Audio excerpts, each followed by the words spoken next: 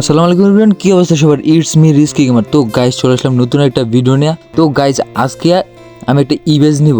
তো ইভেজটা কিন্তু আমাদের গেমের মধ্যে অনেক দিন হয়ে আসছে, বাট এখনও নেওয়া নাই।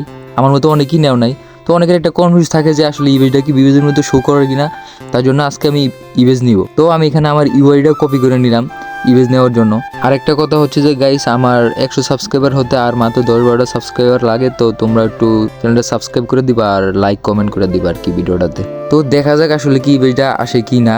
তো তার জন্য আমি ইভেজ নিয়ে নিলাম। নেওয়ার পর গেমে আসলাম, দেখি আমার ইভেজ আসলে কোথায় কোথায় শো করে, বা কোনো গান কি কিলে শো করে কিনা, আবার M10 GT এখানে দিছে এগুলো শো করে কিনা। তো আমি এখানে চলে আসলাম, বাট এখানে দেখায় না। তার জন্য প্রোফাইল দেখলাম যে গাইজ দেখতে পাচ্ছ যে প্রোফাইলে কিন্তু আমার ইভেজ শো করতেছে। তো দেখা যাক আসলে যেই গানগুলো আছে বা গানে কি ইফেক্ট আসে কিনা ভিভেজের মতো কিল মেসেজে। তো এখন দেখবো যে আসলে কোন কোন গানে আসলে ইভেজটা আসছে। তো তার জন্য চলে আসলাম ইবু গানের এখানে। তো এখানে দেখতে পাচ্ছ যে G18 আমাকে দিছে 6 লেভেলের, তাও ইভেজ লেখা আছে। তো এখানে দেখি আর কি গান দিছে। তো এখানে গাইজ দেখতে পাচ্ছ যে M10 কিন্তু দিছেই ইভেজ।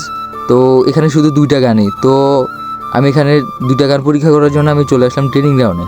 তো এখন দেখবো যে আসলে কিল করলে কি ইভেজের মতো কিল মেসেজে শো করে কিনা যে ইভেজ। তার জন্য চলে আসলাম গানগুলো নিতে। তো এখানে আমি M10টা নিয়ে নিলাম। আর G18 কোথায়? তো এখান থেকে G18টা কোন জায়গায়? এই যে G18টা নিয়ে নিলাম আমি। তো এখান থেকে আবার চিপও নিয়ে নিলাম M10-এর জন্য। তো এখানে সরাসরি চলে আসলাম ডাইরেক্ট ট্রেনিং গ্রাউন্ডে। তো এখানে আমি মারবো কি, আমার মোবাইলটা ল্যাগ করতেছে এবং আমার নেটের পিংও ভালো না। তার জন্য এখানে মারতে অনেক কষ্টে মারছে আর কি। তো এখানে আমি G18 দিয়ে একটা এনিমিকে মারি, বাট মারার পর কোনো ইভেজই শো করতেছে না গাইস, কি বলবো।